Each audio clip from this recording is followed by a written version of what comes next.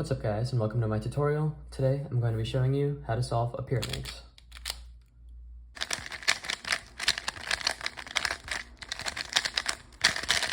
First, we're going to run through every piece type and what every piece actually does. So these four tips, as they're called, turn completely independently. They have no real addition to the challenge of solving the puzzle. They just kind of turn on their own like this. Next, we have these two colored pieces, which are the edges. When you turn a face, three of them turn at the same time, and putting the edges in their correct spots is the main difficulty of solving the puzzle. Finally, we have the centers. They're kind of hard to see, but they are what the tips rest on. So these three colored pieces right here, we can get a better visual when we turn a layer. We see that one of the centers turns. It has the three edges around it and the tip on top of it. Moving on to notation, whenever we turn the puzzle, we're going to want to have one side on the bottom and one side kind of facing us like this. So going on to notation, this is the R side, this is the L side, this is the U side, this is the B side. So when we go to notation, an R would be a clockwise turn of this side, an L would be a clockwise turn of this side, a U would be a clockwise turn of this side, and a B would be a clockwise turn of this side. If there's a letter followed by an apostrophe, that means a counterclockwise turn of that face. So an R followed by apostrophe would also be called an R prime, and that would be a counterclockwise turn of this face. L prime would be a counterclockwise turn of the left face, U prime would be a counterclockwise turn of the top face, and B prime would be a counterclockwise turn of the back face. The steps for solving a Pyraminx are first, getting the three centers of one color onto the same face. Next, solving all of the edges on that face as well to create what would essentially be a layer. And finally, we do one of 5 algorithms to finish off the top side. And the cube is solved. First, before we move on to solving the centers, the best thing to do is to align the tips just so we don't get the colors confused. So the tips are very intuitive, just match the colors and they're solved like this. Moving on to solving the centers, for this example, we're going to want to look at the green centers right here. So first we need to find the 3 green centers and where they are. So if we look on all 4 of the pieces, we can find where our 3 green centers are. So we can see that this center has green, so that one's useful to us. If we look at this one has green, so that's useful to us. If we look at this one also has green, so that's useful to us. And now looking at the final one, this one does not have green. When we find the center that doesn't have any green on it, which is this center, we know that the green layer is going to be opposite of that center. And we can also see this by this green piece could go here, this green piece could go here, and this green piece could go here, but there isn't any other face on the puzzle where all 3 green centers would be on the same side. Now when we solve the centers, it's pretty intuitive. We want to, again, figure out where all 3 green centers are going to match, so we find the side opposite of the center that doesn't have any green on it. And simply we can just move the green centers down into that layer. So we know that this center needs to go here, so we can just do this. This center needs to go here, so we can just do this. And finally, this center needs to go here, so we can just do this. And now we have solved our 3 green centers. Here's another example. First thing we want to do again is just to solve all of the tips. Now we look for our green centers. We can see that there is one here, one here, one here, and there's no green on this center, so we know that this is going to be the green layer. We can see that we have one green center already solved.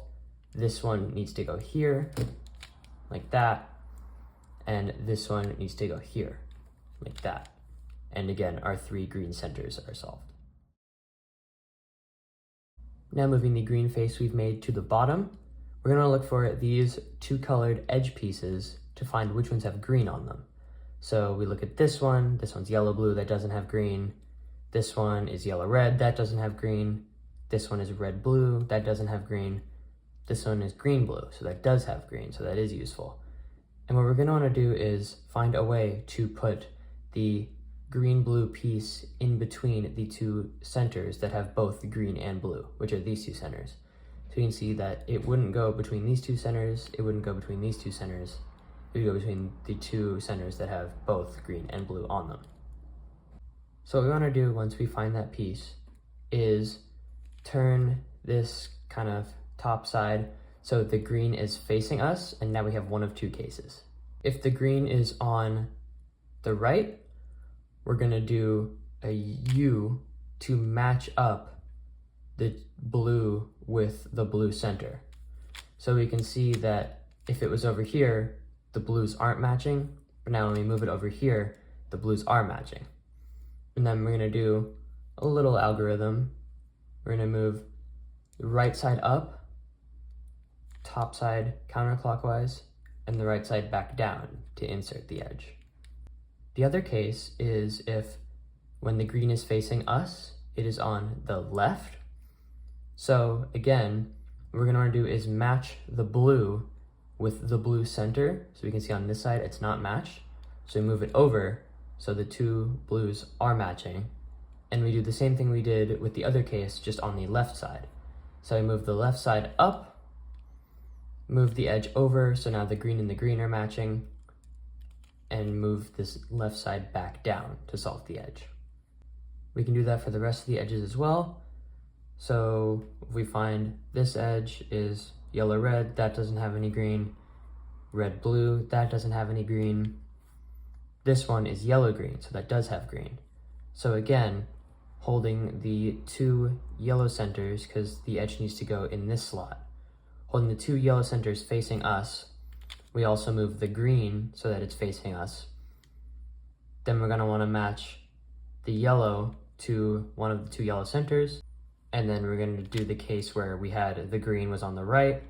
So again, match the two yellows, bring the right side up, move the edge over so that green matches green, and then move the edge back down. And that has also solved this edge. Finally, we find our last edge with green on it, so it is this one. So again, holding the two, it is green-red, so holding the two red centers facing us, we can see that green is on the left. So we do the case for when the green is on the left, bring it over, so red matches red, then bring the left side up, bring the top side so that the green matches the green center, and the red matches the red, and bring it back down. And now we have solved our entire layer. Just another example, again, once we've solved the green face, we move that to the bottom, and we look for our edges which have green on them. We can see that the green and blue is right here. So once we have the green facing us, holding the two blue centers facing us, see that green is on the right. So we do the case for when green is on the right, move it over so blue matches blue, bring the right side up, bring it over so green matches green, and bring it down to solve it. Next we have the green-red edge, so we hold the two red centers facing us. We have the case where green is on the left. So what we do, again, match the red with the red, bring the left side up, bring it over so green matches green, and bring the left side back down. Now if we look, we can see that none of the three edges left in the top layer have any green on them. That's because the green-yellow edge is in its correct spot. It's just flipped 180 degrees. So what we do for that is we can insert any of the non-green edges, and that will take this green edge out, and then put it in like we normally do. So let's say we wanted to take this yellow-blue edge. We could just say the case where, we wanted to insert it like the case where green is on the left. So we do the case where green is on the left, and that inserts that edge, doesn't mess up the two edges we've already solved. And now we can see that the yellow-green edge is in the top layer. So now for this one, again, we have the case where green is on the right, bring it over so yellow matches yellow, right side up, green matches green, right side back down. And now, once again, our entire bottom layer is solved. Now, there is a case where once we solve the 3 green centers, we can see that it looks like the entire green layer is solved. But if we flip, we can see that all of the green edges are in the green layer, just in their wrong positions. So, similar to what we did when the edge was flipped, we can insert any of the non-green edges into the slot and then solve the rest of the edges like normal. So let's say we wanted to insert this edge, and we did the case where green is on the right. So we would move over, do the case where green was on the right to insert that edge. And now we have the yellow-green edge on the top, and we can solve that like normal. Moving on to last layer, the first thing and most likely the easiest thing to do if you're just starting out to solve a Pyraminx, just so you can get the case recognition right, is first solving the tip relative to the center, and then solving the top center relative to all the other centers. So you can see that this red center needs to go here to match up with the 2 other red centers. So we can just solve it like this, and now you'll have 1 of 5 cases. This is where our algorithms come in. So the first case we have here is when we have 2 edges that are in their correct spots, just flipped, and the rest of the puzzle is solved. So the first algorithm we're going to want to do is this one, which goes like this.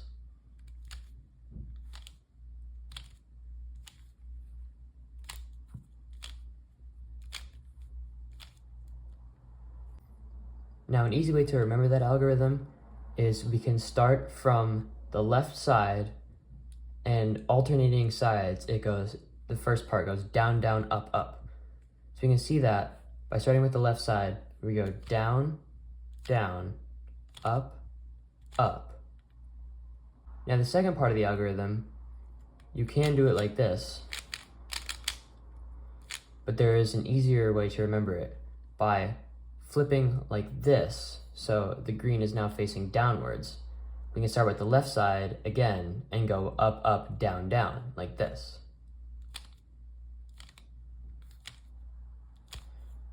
And that solves the cube. Next case we can have, again, solving the tip and the center. We can have all of the edges kind of matching like this, but they're all in the wrong spot. So the first case we have is we can see that we're holding the yellow face on the front. The 2 yellow edges are on the left instead of on the right. And what we can do for this is this algorithm.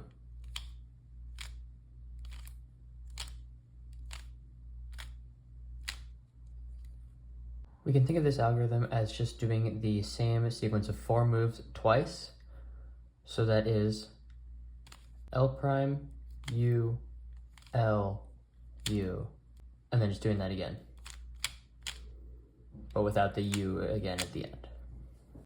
The third case is when we have the edges again in this kind of solve but out of orientation case, and again holding yellow facing us instead of being on the left. Now the 2 yellow edges are on the right.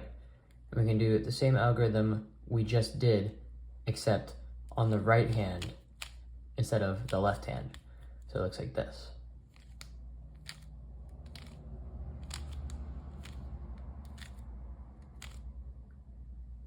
So again, another way to think of that is doing the same sequence of moves, R, U prime, R prime, U prime, and then doing that again without the U prime at the end. Moving on to the last 2 cases, these are the 2 most annoying cases, and the algorithms for these are a little bit harder to learn, but once again, solving the tip and the center, we can see that the edges aren't really in a discernible pattern, but 2 of them are half solved, and let me explain what that means. So for this edge, neither of its colors are matching, so we can see that this red doesn't match the blue, and this blue doesn't match the yellow. But then for this edge, it's yellow matches the yellow, and for this edge, it's red matches the red. So what we're going to do for these cases is hold the completely unsolved edge at the back, and then have one side facing us. And now we're going to see which of the 2 edges is solved relative to the side that's facing us. But on this edge, the red does match the red. So this is what we look for, that this matches the face. Now that we know the edge that is matching is on the right, we do this algorithm.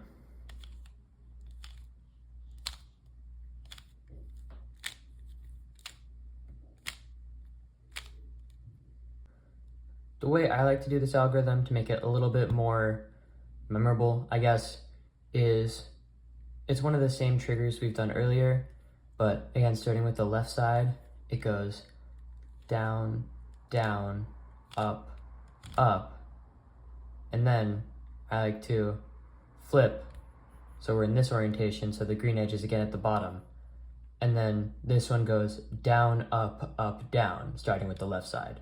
So it's down, right side up, left side up, right side down. So a little bit different than one of the previous ones we've learned, but still a little bit easier to memorize that way. Now, holding the unsolved edge at the back again, if we see that the matching color is on the left side instead of the right side, again, this yellow doesn't match the red, but this red does match the red, we do this algorithm instead.